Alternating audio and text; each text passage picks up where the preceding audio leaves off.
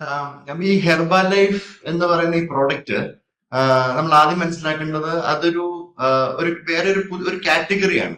Food സപ്ലിമെന്റിന്റെ ഒരു special കാറ്റഗറിയാണ്. ആ കാറ്റഗറിയാണ് herbal and dietary supplement. അപ്പം അതിനകത്ത് നമുക്ക് പ്രോട്ടീൻ പൗഡേഴ്സ്, മൾട്ടിവിറ്റമിൻസ്, ആന്റി ഓക്സിഡൻസ് അങ്ങനെ വരും. പക്ഷെ അതിന്റെ കൂടെ തന്നെ ചില പ്രോട്ടീൻ പൗഡേഴ്സും ഈ ഫുഡ് സപ്ലിമെന്റ്സിന്റെ കൂടെ ഇവർ ഈ ഹെർബൽ കമ്പോണൻസും കൂടെ ആഡ് ചെയ്യും. ഈ ചെടികളും അങ്ങനത്തെ പ്ലാന്റ്സ് ഒക്കെ. അപ്പൊ അത് ഹെർബൽ ആൻഡ് ഡയറ്ററി സപ്ലിമെന്റ് അഥവാ HDS എന്ന് പറഞ്ഞൊരു ഗ്രൂപ്പ് വരുന്നതാണ്. കരൾ ഡാമേജ് വന്ന്, അതായത് ഹെപ്പറ്റൈറ്റിസ്, മഞ്ഞപ്പിത്തം വന്ന്, ലിവർ ഫെയിലിയർ വന്ന് മരണപ്പെട്ട ആൾക്കാരും കരൾ മാറ്റിവെക്കൽ ശസ്ത്രക്രിയക്ക് വിധേയരായ ആൾക്കാരും ഉണ്ട് ലോകത്ത് ഈ ഹെർബൽ ആൻഡ് ഡയറ്ററി സപ്ലിമെന്റ്സ് കഴിച്ചിട്ട്.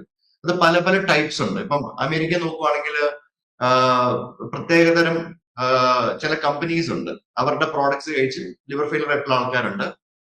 അത് കൂടാതെ ലാറ്റിൻ അമേരിക്ക, സൗത്ത് അമേരിക്ക, യൂറോപ്പിലൊക്കെ ഇതിന്റെ വളരെ ഡീറ്റെയിൽഡ് ആയിട്ടുള്ള ഡോക്യുമെന്റേഷൻ റിപ്പോർട്ട്സ് ഉണ്ട്. പക്ഷെ ഒരു പ്രത്യേകത എന്ന് പറഞ്ഞപ്പോൾ ലോകം മുഴുവൻ നമ്മൾ ഹെർബൽ ആൻഡ് ഡയറ്ററി സപ്ലിമെന്റ്സിന്റെ ഭാഗമായിട്ട് വരുന്ന കരൾ രോഗങ്ങളും ലിവർ ഫെയിലിയർ ഒക്കെ നോക്കുവാണെങ്കിൽ അതിൽ നമ്പർ 1 ഹെർബാ ലൈഫ് പ്രോഡക്ട്സ് ആണ്.